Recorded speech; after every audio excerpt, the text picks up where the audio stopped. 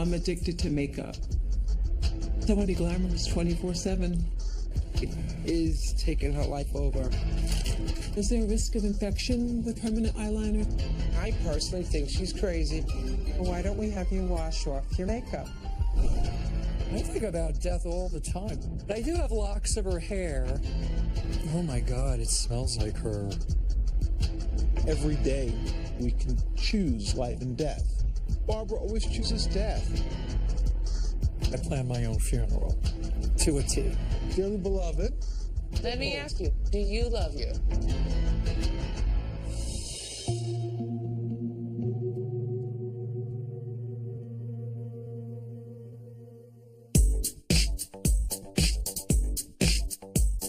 My name is Maureen. I'm 49 years old. I live on Long Island with my 3 children. You want a lot on your plate? And I'm addicted to makeup. Nothing comes between me and my makeup. I can't deal with life without it.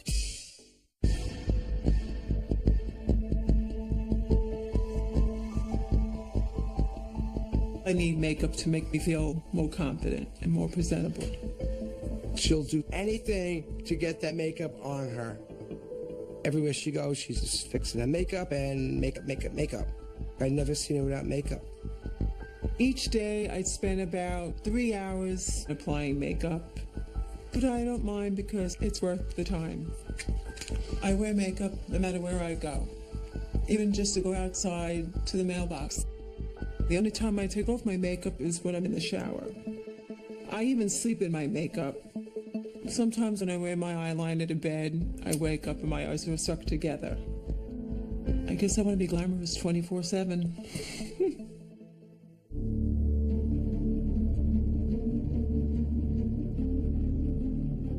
First thing I put on is foundation.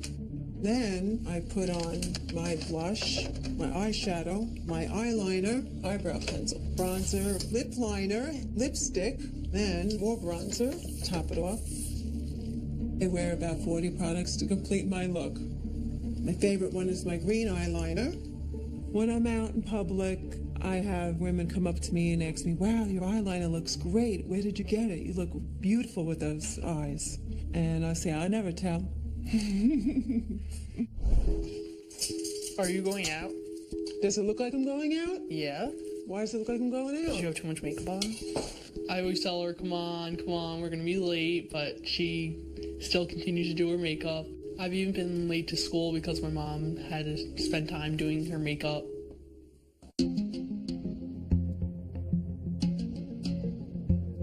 Maureen would buy makeup before she would pay her bills. Her mortgage, I mean, it's ridiculous.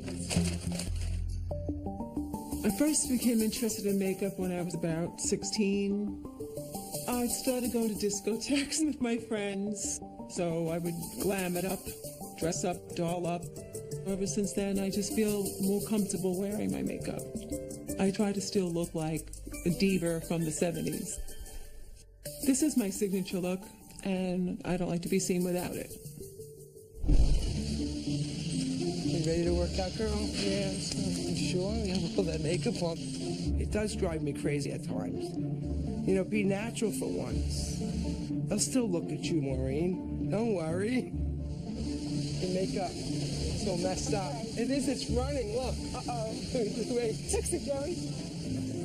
If I gave Maureen a choice of our friendship or the makeup, I think Maureen might take the makeup over me. It is taking her life over.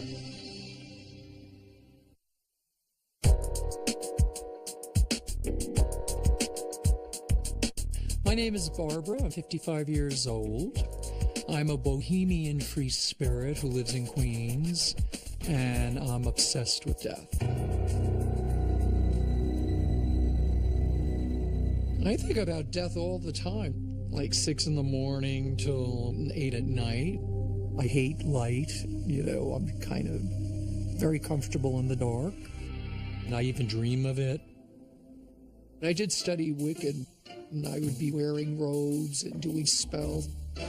My aunt also thought she was a witch. She used to wear a cat's necklace. She thought she was a cat.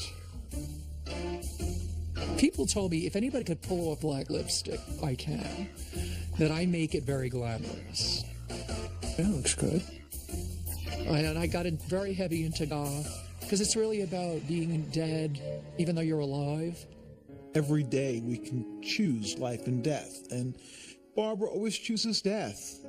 My earliest memory of my obsession with death was when I was 4. I had this fascination for cemeteries and, you know, that other side.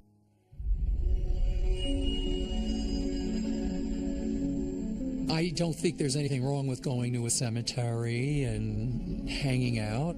I'll put a picnic blanket down and write about people. I love reading tombstones, you know. You were born in 1928. You died in 1928? Oh, wow. I actually talk to people. All right, where are all you guys? Huh? I feel like the dead can speak. I pick up the vibes of the people that are here, and, you know, my apartment has a lot of dead people's furniture. The bookcase here was from a dead person. The sofa and the love seat is from another dead person. I've got dead people's pictures everywhere. I live in a mausoleum.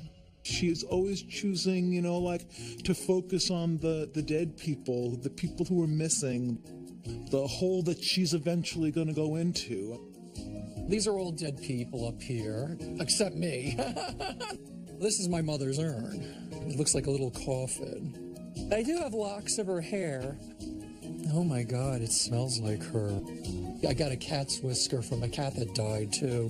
When I first got my cat's ashes, I had opened up the urn to look at the ashes and feel them and smell them and touch them.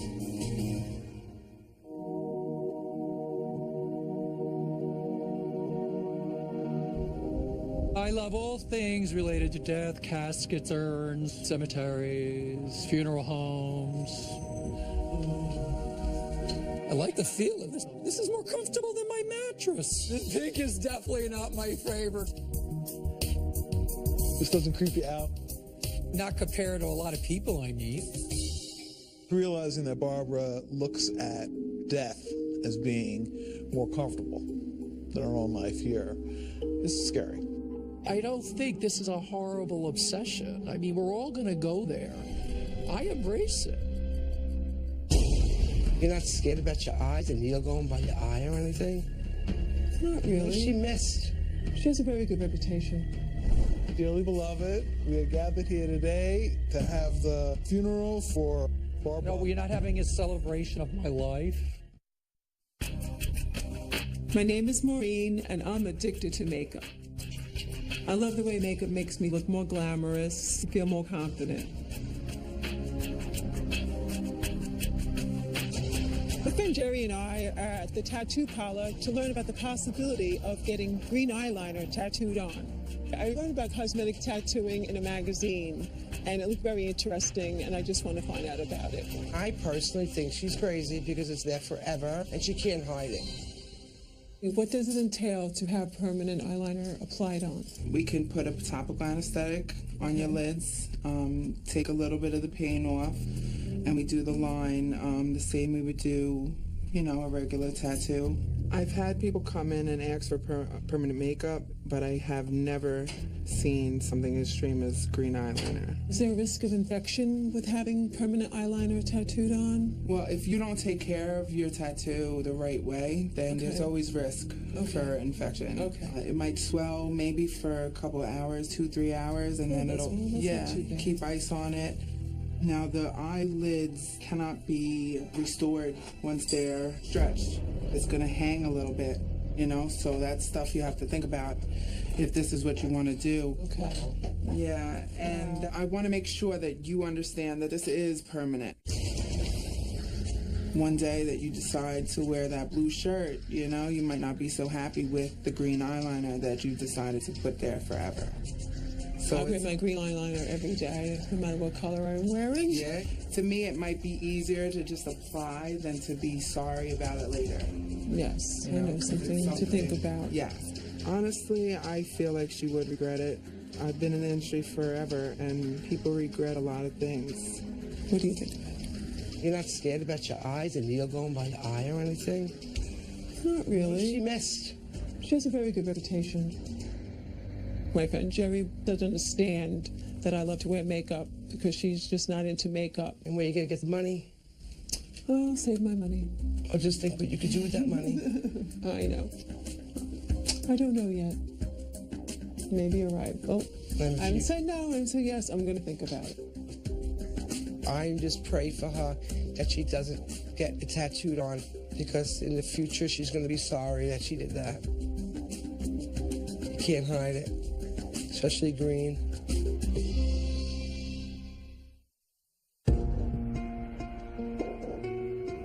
My name is Barbara, and I'm addicted to death. I plan my own funeral to a T. I mean, it's exact. What hymns I want, what psalms I want. One woman thought I was crazy. She says, "You're 55 years old. Why are you planning your funeral now?" I said, "Well, I'm going to plan it when I'm in a coma." She's not someone who really is dying and, like all like that. I mean, she is very alive, very funny, very, vital. We are here to do a rehearsal of my funeral or memorial service. So you're going to be responsible for this. I wrote everything out here, like who gets what, and what hymn. They have all the hymns we're doing. So I'm going to stand here. No, go behind the, like you would do it, like if you were conducting it. Start from wherever. Dearly beloved. Yeah. Well, how do they do it? Isn't it, dearly beloved, we are gathered here today? Dearly beloved, we are gathered here today to have the funeral for Barbara. No, we're not having a celebration of my life. I can't even get one sentence in without you needing to rewrite the script. It's pretty obviously a control issue to me that Barbara's planning of the funeral. I mean, when people are afraid, they feel that they need to control. So that's what I think all this is. Dearly beloved, we are here today to have the memorial service for a good woman. I like that. Do you like that? Thank you, because it's about time people appreciated me, not in life and in death. That's good. Keep reading. Go ahead. All right. So we're all gonna sing hymns, listen to these readings, and then what? And then someone's going to read my eulogy. I'm writing my own. Someone's gonna read your eulogy. It's going to be like a thank you speech, like an Oscar speech. It's like someone who's convinced that life is gonna suck. So she's decided ahead of time to reject it. And that's no way to live. What exactly am I taking off? As much as you can. Talk life now, don't talk death. What's good on this side? My name is Maureen, and I do not like to be seen without my makeup. When I wake up in the morning, I already have my makeup on because I sleep in my makeup.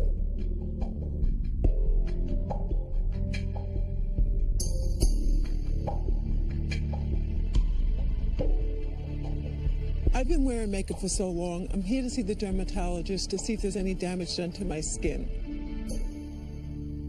Have you actually had any problems with any of the makeup you've used over the years? Sometimes when I fall asleep with my eyeliner on in the morning, I wake up and my eyes are stuck together and I have to pry them open.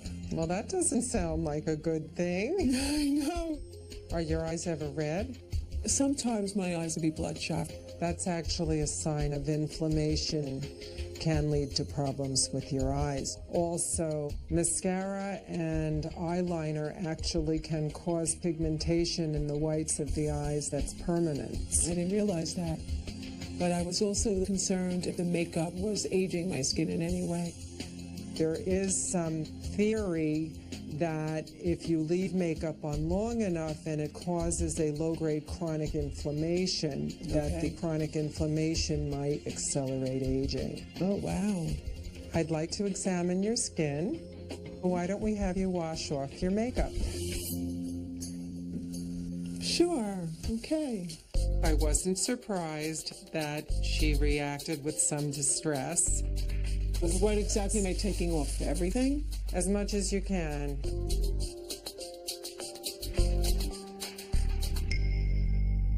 I don't think you got it all off. Your eyes actually do look a little red. And if you look at the little fine hairs inside your nose, you'll see that there's powder on them. That's a sign that you're actually inhaling some of the powder you're putting on. You do have clogged pores. I'm wearing all that foundation and powder? Undoubtedly. It's normal to want to look better, and everybody wants to look their best. Right.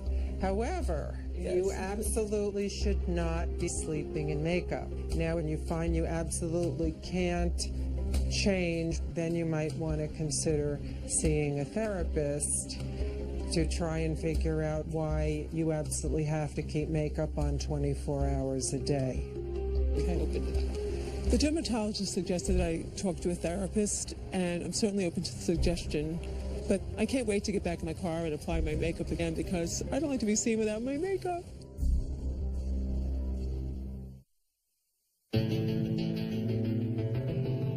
My name is Barbara, and I'm obsessed with death. People are trying to avoid getting older and dying, and I just don't see it that way. Death is my best friend. If this was actually your funeral, what would we miss? What would we miss? My sense of humor, probably. Ah, so you have people to make laugh. All the time. There's laughter that won't happen. Talk life now. Don't talk death. Talk some life for a minute. What's good on this side?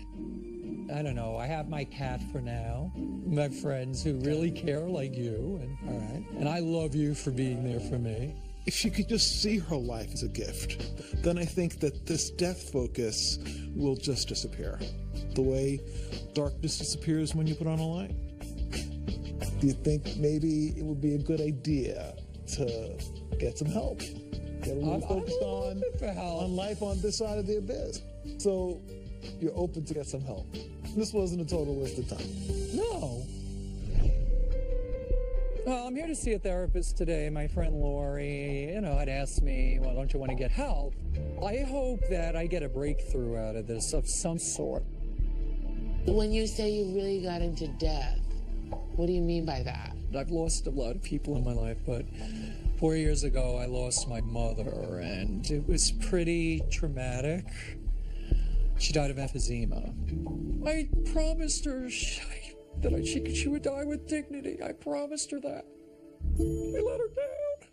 It seems to me that there are many things that Barbara hasn't mourned, that she really hasn't allowed herself to kind of fully go through the pain so that she can get to something else. Maybe use a little bit of makeup, or maybe you're a little more subtle in how you apply it. Would you consider that? I'm just so insecure about who I am. You need some help.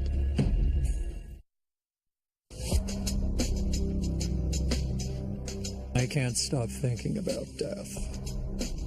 I've always wanted to have a near-death experience so I could just know what that other side is like. Here you are, a vibrant woman in front of me, but it's really like you're stuck. I'm stuck, all right, yeah. The same tape's been playing in my head now for many years. Who gets to make the choice that I'm done beating my head against the wall. I'm done suffering.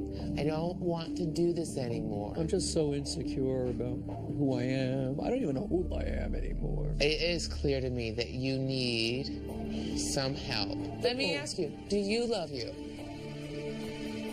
No.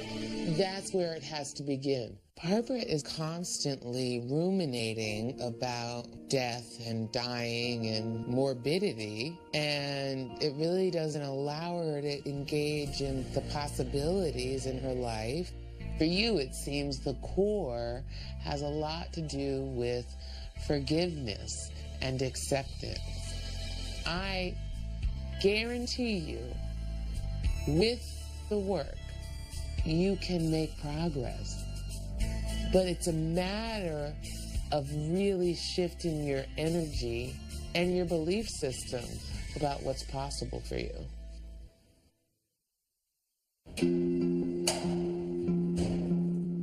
I haven't addiction to makeup. I wear it 24/7, so I'm here to find out from the psychologist why I am this way. What is it that you think the makeup does for you? I just think the makeup makes me feel more attractive as I'm getting older. What do you think would happen if you didn't wear makeup? I feel if I'm caught without my makeup, I will have an anxiety attack. Like, oh wow, I don't look good, I don't look presentable. Do you think people judge you, or do you think that you're judging yourself? I'm probably judging myself more than anything.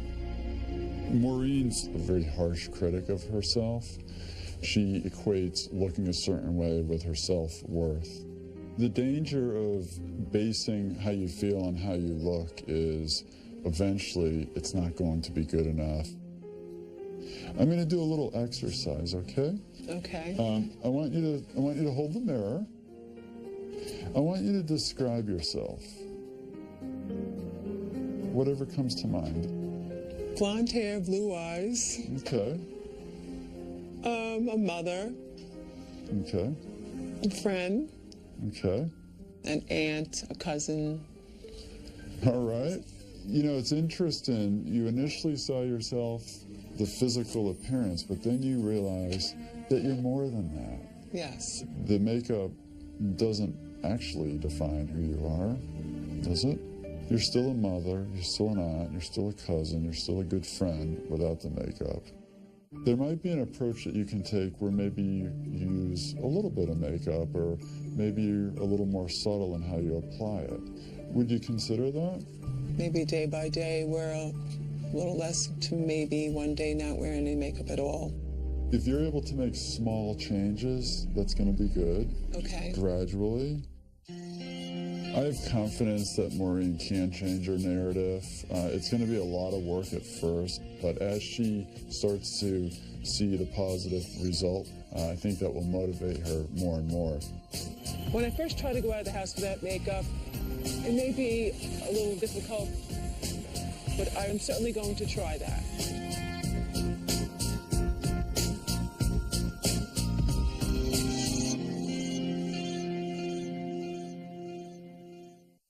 I would like to be strong enough to fight this addiction to death, but it depends on how the life part goes and whether I get a break, you know?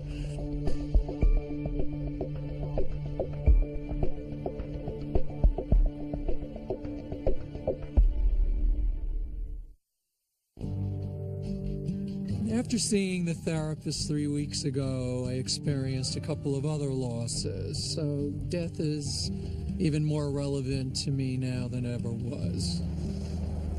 Where are all you people? Everybody keeps saying, think optimistically. That's BS, okay? They're in denial about getting older and death. I embrace it. I mean, you know, I'm not afraid of it.